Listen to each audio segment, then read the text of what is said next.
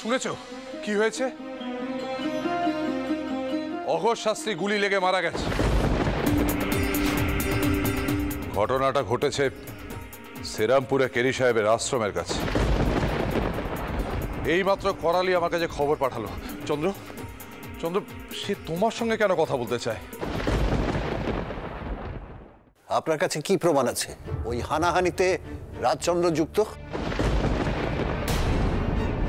সেদিনও বাড়ি থেকেই বেরোয়নি, কেরি সাহেবের ওখানে যায়নি। আগে সেদিন না যাক, যোগাযোগ তো ছিল,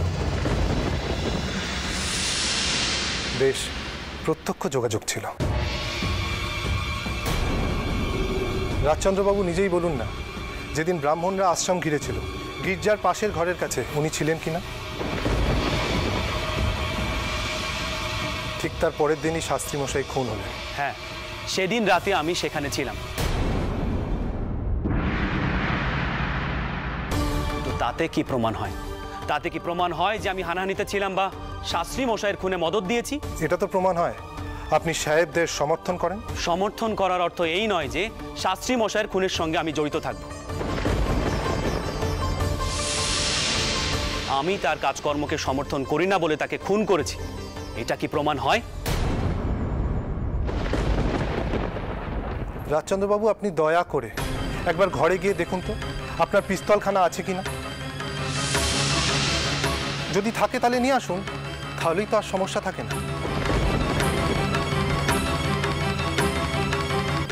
দেখি আর্মসটা।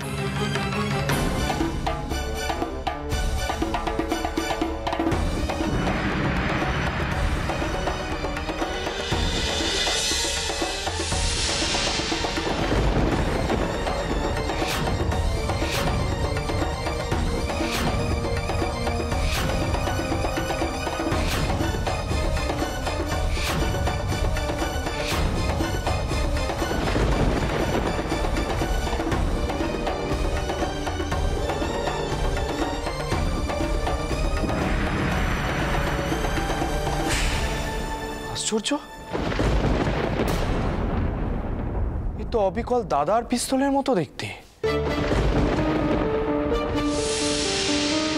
এমন পিস্তল এখানে কার কাছে আছে? দাদা, তুমি বরং ঘর থেকে গিয়ে পিস্তলটা নিয়ে এসো, তাহলেই তো কোনো সন্দেহ থাকে না, উনিও নিশ্চিন্ত হন। তবে দাদা যে কোথাও যায়নি সে ব্যাপারে আমি নিশ্চিত, কারণ আমি নিজে দেখেছি জ্যাঠামশাই সেদিন দাদাকে যেতে দেননি।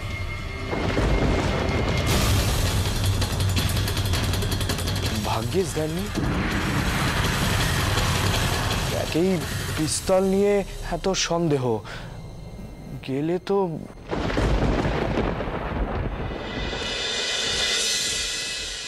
বউ, শোন, খবর নিয়ে এলুম, বৈঠকখানাতে কি সব আলোচনা হচ্ছে। দারোগাও এসেছে, তবে সে করালি নয়, অন্য কেউ। ও দিদি, কি আলোচনা হচ্ছে গো? কি বলছে সবাই? অত শত খবর পাইনি রে, যেটুকু শুনলুম সেটুকুই বললুম। কাউকে যদি একটু পাঠাতে পারতুম সেখানে, তবে আর একটু বেশি কিছু জানতে পারতাম। আপনি? আমরা এদিকে ভয় মরছি, ওই তো দারোগা কেন এসেছে? কি বলছে ওই দারোগা? দেরাজে কাঠের বাক্সে আমার একটা পিস্তল ছিল, সেটি নিশ্চয়ই ঠিক জায়গাতে আছে। বাস্কো, হ্যাঁ, আপনি যেখানে রেখেছিলেন ওখানেই আছে।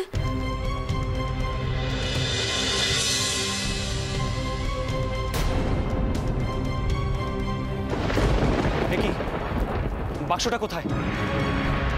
কি? বাক্স নেই? তুমি একটু ভালো করে খুঁজে দেখো না, যাবে কোথায়?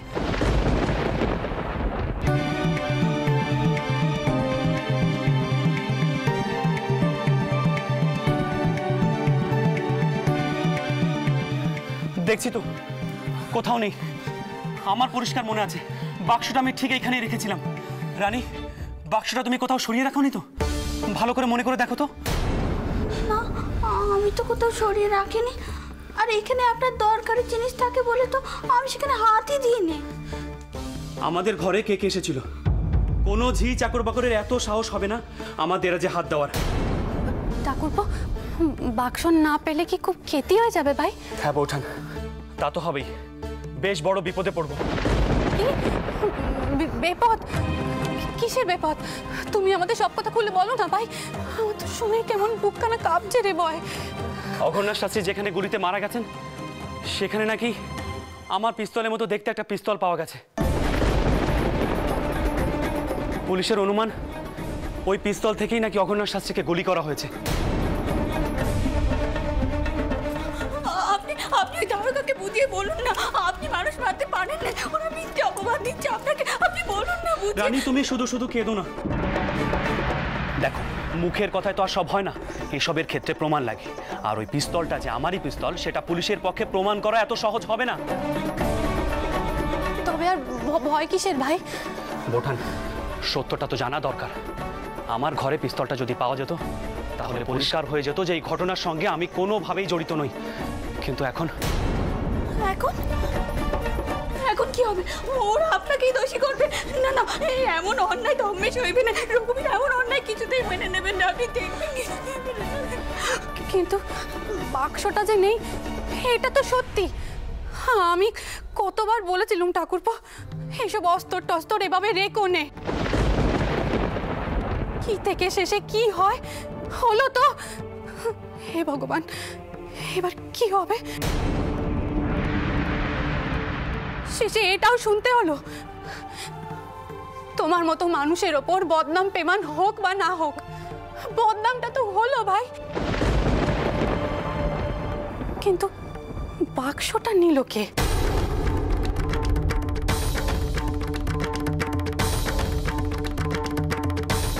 সেই বাস্ক কানাইকে খুঁজছে সকলে, যেটা আমি নিয়ে গেছি। তবে কি ওই বাস্কে অস্ত্র ছিল? সেটা দিয়ে না না, ওসব কথা ভাববো না। তিনি ভাবতে নিষেধ করেছেন, এসব কিছুটি ভাববো না, বলবো না। ক্ষমা করবেন, পিস্তলটি এখন আমার পক্ষে আনা সম্ভব হলো না। সেটি আমার দেরাজের মধ্যে রাখা আছে, আর আমার স্ত্রী অসুস্থ, তার পরিচর্যা চলছে, তাই ভেতরে ঢুকতে পারলাম না। হ্যাঁ, আসলে আমার নাতবু গর্ভবতী, তিনি একটু অসুস্থ। আমার তো মনে হয় আজ আর কথা বাড়িয়ে লাভ নেই। আপনি বরং আগামীকাল আসুন। আপনি যদি বলেন তাহলে আমি বড় লাট বাহাদুরের সঙ্গে এই বিষয়ে কথা বলতে পারি। আগে তার প্রয়োজন হবে না। মান্নামশাইয়ের কথা মতো আমি কালই আসবো।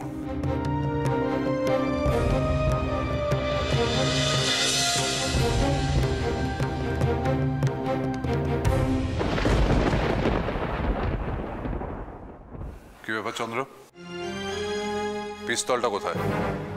পিস্তলটা দেরাজে নেই।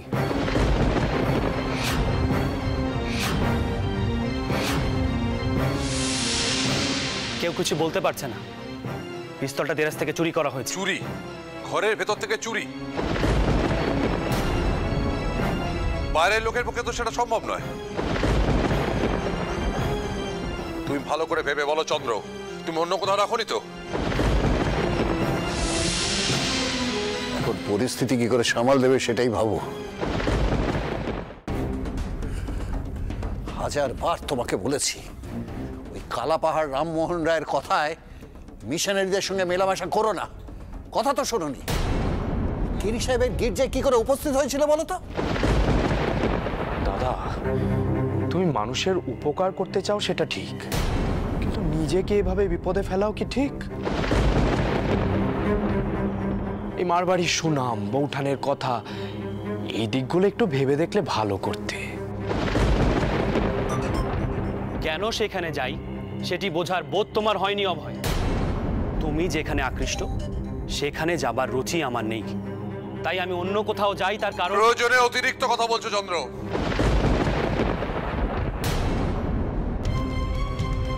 বাবা মশাই, অঘন্যার শাস্ত্রী আর তার দল যা করেছে সেটা অতি ঘৃণ্য কাজ। অসহায় মেয়েগুলোকে পুড়িয়ে মারতে চেয়েছিল। দুর্বল অসহায় মানুষের উপর অত্যাচার করা কি ব্রাহ্মণত্বের নমুনা? আমি সৎ ব্রাহ্মণ তাকেই বলবো যে গরিব আতুর মানুষের পাশে থাকে। যেমন মৃত্যুঞ্জয় বিদ্যালঙ্কার, যিনি দ্বিজগুণের। থাক, শিয়রে সমন, এখন তোমার এই তত্ত্ব কথা শুনতে চাই না। চন্দ্র, একটা কথা পরিষ্কারভাবে জেনে রাখো, একজন সফল ব্যবসায়ী হতে গেলে পরিচ্ছন্ন ভাবমূর্তি থাকাটা প্রয়োজন। আজ যদি তুমি ওই খুনের অভিযোগ থেকে নিষ্কৃতি পেয়েও যাও, যে দুর্নাম রটবে তার ফল কিন্তু ভালো হবে না। তাছাড়া ওই শাস্ত্রী মশাই মৃত্যুকে যদি ব্রহ্মহত্যার সঙ্গে তুলনা করে গন্ডগোল বাঁধে, আমি কিন্তু আশ্চর্য হব না। হ্যাঁ বাবা মশাই, আমি আপনার সঙ্গে একমত। রাধাকান্ত দেববাহাদুরও আর চুপ করে থাকবেন না। চন্দ্র, কি বিরাট সমস্যার সৃষ্টি হলো সেটা বুঝতে পারছো?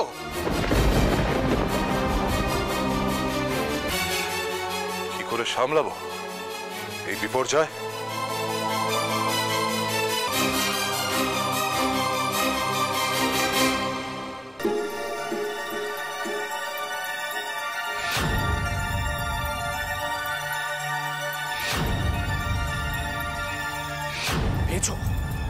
দাও দাও দাও।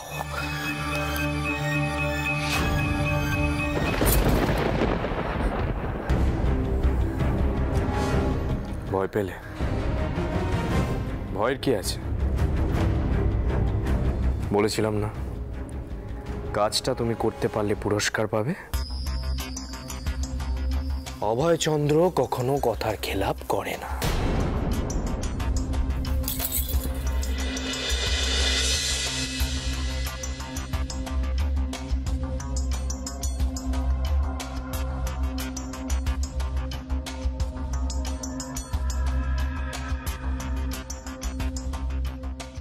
না না, আমি আর কিচ্ছুটি ভাববো না। এতদিন পর তিনি আমাকে গ্রহণ করলেন, আদর করলেন। আমার আর কি চাই? স্বামী সোহাগ পাওয়াই তো ভাগ্যি মেয়েদের।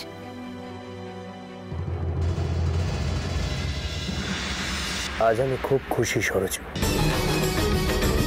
আজ তুমি যা চাইবে তাই পাবে। শুধু আজকে রাতটা কাটতে দাও। কাল সবাই বাবু রাজচন্দ্রের নামে ছড়া কেটে কলকাতার রাস্তায় রাস্তায় ঘুরবে। এবার তুমি বুঝবে কত ধানে কত চাল। বাবু রাজচন্দ্র, অভয়চন্দ্রকে অপমান করার ফল এবার তুমি পাবে। উনি কি করেছেন বট্টাউরকে? বট্টাউরের কোনো বিপদ ঘটবে না তো? আমি কি এর জন্য তাই? কাকেই বা শুধবো? কি ঘটেছে?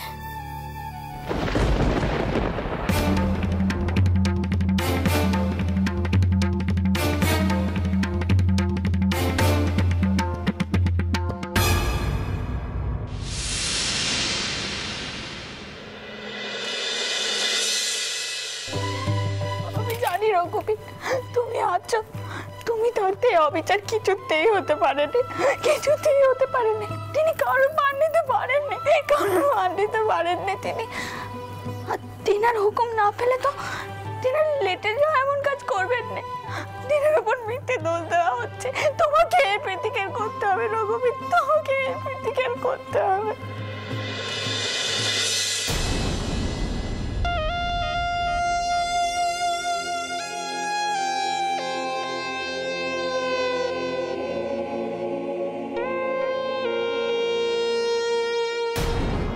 যে কিনা গরিব দুঃখীদের কথা ভাবে, অন্যায় অবিচারের বিরুদ্ধে কথা বলেন, মেয়েদের মান দেন, মেয়েদের দুঃখ কষ্টের বিরুদ্ধে কথা বলেন, তার কিনা আজ বদনাম হবে। আর তুমি তো চুপ করে দেখবে, কিচ্ছুটি করবে না। তুমি সব জেনেও তাকে বিপদ থেকে উদ্ধার করবে না রঘুবীর।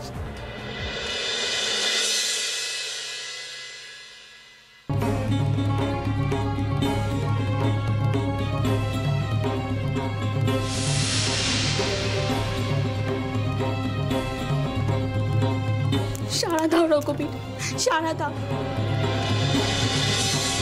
আজ যদি তুমি সাড়া না দাও তো কবে সাড়া দেবে? তেনার বদনাম হওয়ার পর। সব মানুষের যে তোমার উপর থেকে বিশ্বাস উঠে যাবে রঘুবীর, বিশ্বাস উঠে যাবে তোমার উপর থেকে। কাল ভোরের মধ্যেই তোমাকে সত্যিকারা প্রকাশ করতে হবে। যে এমন খারাপ কাজ করেছে তাকে সবার সামনে নিয়ে আসতে হবে। না না, এ হতে পারেনি। দিদি এমন করলে তো ঠাউর জাগবে, তাহলে তো সব সত্যি প্রকাশ হয়ে যাবে, উনি বিপদে পড়ে যাবেন। দিদি দিদি, এসব কি করছো কি দিদি? হাতে তো চলে গেল। তোর বড়টা হচ্ছে বড় বিপদ রে সঞ্জু, বড়টা বড় বিপদ। আমি আমার প্রাণ পর্যন্ত দিয়ে দিতে পারি যদি রঘুবীর রেখে রক্ষা করে। আমার সৎ মানে মানুষের মত না বলে আর উনি বাঁচবেন কি করে বলতো? কি করে অমন মানে মানুষের মান গেলে আর কি বার হইলো বলতো? কি বার হইলো? দিদি তুমি শান্ত হও, দিদি একটু শান্ত হও। আর কি করে শান্ত হবো বলতো? আমি কি করে শান্ত হবো? কি করে ওই বংশখানা ঘর থেকে গেল আমি তো বুঝতে পারছি না। ওই শাস্তি মশাই বা কিভাবে মারা গেলেন তাও তো বুঝতে পারছি না।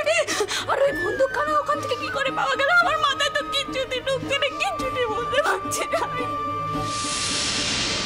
যদি জানতে পারতাম ঘর থেকে ওই বাক্সখানা কে নিয়ে গেল। তাহলে কি দিদি, ওই বাক্সখানা ঘর থেকে কে নিয়ে গেছে সেটা জানলে কি তোমার সব সমস্যা মিটে যেত? ধরো যদি বাক্সখানা আমি নিয়ে থাকি। কি বলছিস কি তুই? চুপ কর তুই। আমাকে স্তক বাক্য শোনাস না, একদম শোনাস না আমাকে স্তক বাক্য। আমি জানি তুই ওই বাক্সখানা নিস, আমি জানি। আর তুই ওই বাক্সখানা নিয়ে কি করবি? বলছি তো দিদি, ওই বাক্সখানা আমি নিয়েছি। দিদি দিদি তুমি সকলের সামনে আমাকে নিয়ে চলো। তুই আর এখানে এইসব কথা কইবি না। আয় আমার সঙ্গে। কোথায় দিদি? আয় বলছি আমার সঙ্গে।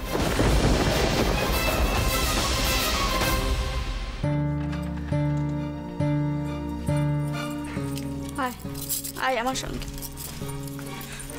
সব খুলে বলতো, তুই ওই বাক্সখানা নিয়েছিস? কি করে নিলি? তোমরা যখন কেউ এই ঘরে ছিলে না তখন আমি দেরাজ খুলে ওই বাক্সখানা নিয়েছি। তুই কি করে জানলি ওই বাক্সে কি আছে? তুই তো দুদিন হয়েছে এ বাড়িতে এসেছিস, আমি তো নিজে মুখেও তোকে এই কথাখানা বলিনি। সত্যি করে বলতো সজ্জু, তোকে কে কাজখানা করতে বলেছে? কেউ বলেনি।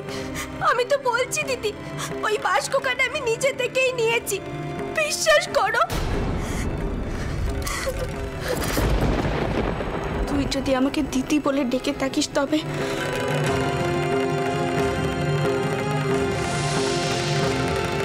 আমার মাথায় হাত রেখে বল সরজু, তুই নিজে থেকেই ওই বাক্সখানা নিয়েছিস।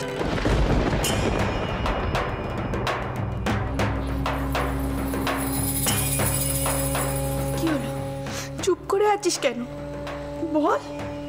বল সরজু।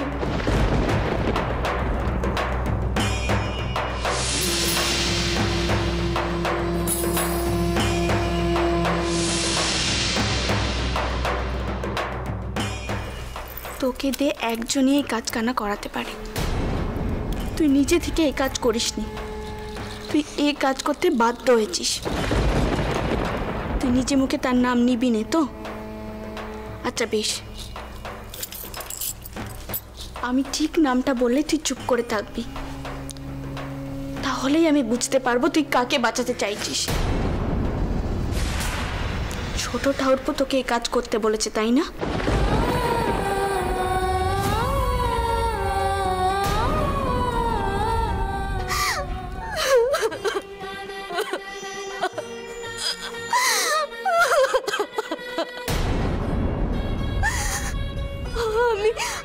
আমি কিচ্ছুটি জানি না দিদি। দিদি তুমি আমার কিচ্ছুটি শুধিও না। দিদি তুমি আমায় মাফ করে দাও গো দিদি। আমি যে তোমায় কিচ্ছুটি বলতে পারবো না। তিনি যে আমার দেবতা, তিনি তো যা খুশি তাই করতে পারে, তেনার বিচার করার আমি কে? তুই জানতিস ওই বাসকে কি ছিল? সত্যি করে বল সরজু, তেনার বন্দুক যে ওই বাসকে ছিল তাকে তুই জানতিস?